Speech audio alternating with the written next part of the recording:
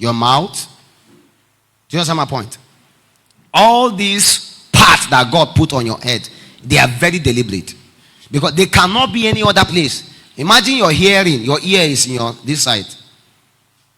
Imagine I hear your ear there. Imagine your eye there here. You don't go walk where. So God put it here to let you understand how important it is, so that it will be part of decision making that governs this entire body. So when you make a carnal mistake, you went and slept with a guy or slept with a lady, or you do something, you don't blame your hand, you don't blame your leg, you blame your head. There is something about you that inform you differently and lead you. Are you getting my point now? There is a leading. You on your own wake up and took decision by yourself. No, you didn't consult anybody. Mind you that most time before you do many things, you don't used to consult us. That's not true. I'm not your head. In as much as you used to call me father, call me, but you know it's a lie. You know that you yourself, you take decision by yourself. And you act in regards to that decision. And when you hit a crossroad, you now start running backward. Is that not how it works? Because life, you live forward, then you understand backward. You have to go forward first, then you begin to understand. So, if it can be very dangerous in a plane that the pilot, that you may not even know their name, have the right to determine whether you succeed in arriving your destination or you fail. If it is possible that as you enter car, Kelvin is here. Kelvin came from Abuja today, right? Came from Abuja today, just to attend service.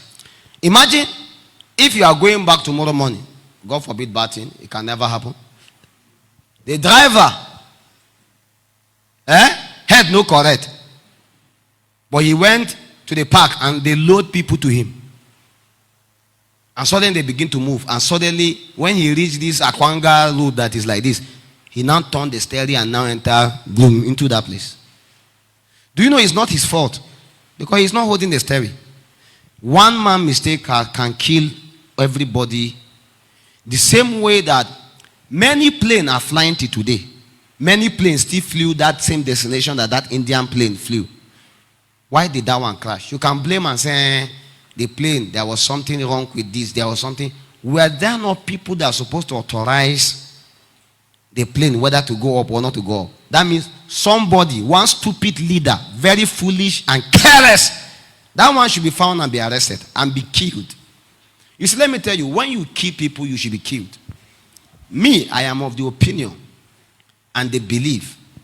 Do you know in Nigerian law, that man that killed his wife, do you know they killed him? Osinachi Abi Osina something. In Nigeria law, if I kill you like this, except you prove that it's self-defense, you will be killed. Forget all this happening in Benue that government are not responding to. They know the law. Because even normal reasoning, does it make sense for you to wake up to kill this lady? Why do you have to kill her? Just because you don't like her doesn't mean you should kill her. Allow her. I get my point now. So, as a leader, you must learn not to hate people to death.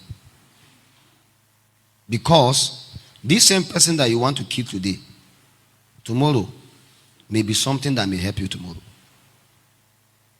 That is very true. And just because you don't like her doesn't mean she should not succeed. It's your own cup of tea. Maybe you don't just like her face or maybe the hairstyle she did, but not liking her among a congregation or be a world full of 8 billion people doesn't mean that somebody will not like her. The you that you don't like her, is everybody that like you? So, in leadership, you need to be able to understand that you don't have the right to kill someone. So laws are put in place that when you kill, you should be killed. And I can guarantee if you kill somebody here and you run to my house and police, they were able to catch you.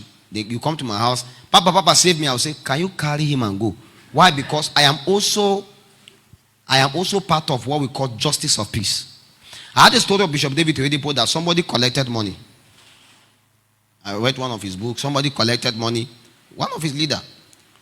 Was he a loan he collected or something and the bank were looking for him? He ran and came to his house. When he came to his house, the police took came to the house. Papa. He said, what's the problem? He said, this, Then why are you here? He said, I ran, I thought I came safety. He said, no, can you please open the door, carry him and go? Why? Because he is a man of integrity. He doesn't have to compromise his integrity because you are compromised. Because if he make that mistake, he is going to be put in a situation where there will be many of such cases that he cannot be able to redeem. So, a mistake in leadership can be very catastrophic. You don't just know that as the father of the house.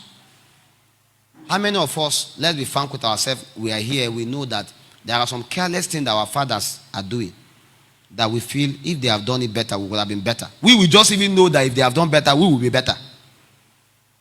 Or some attitude our mothers are basically, if my mother can just be like this, I would have been. With this your little knowledge, you know.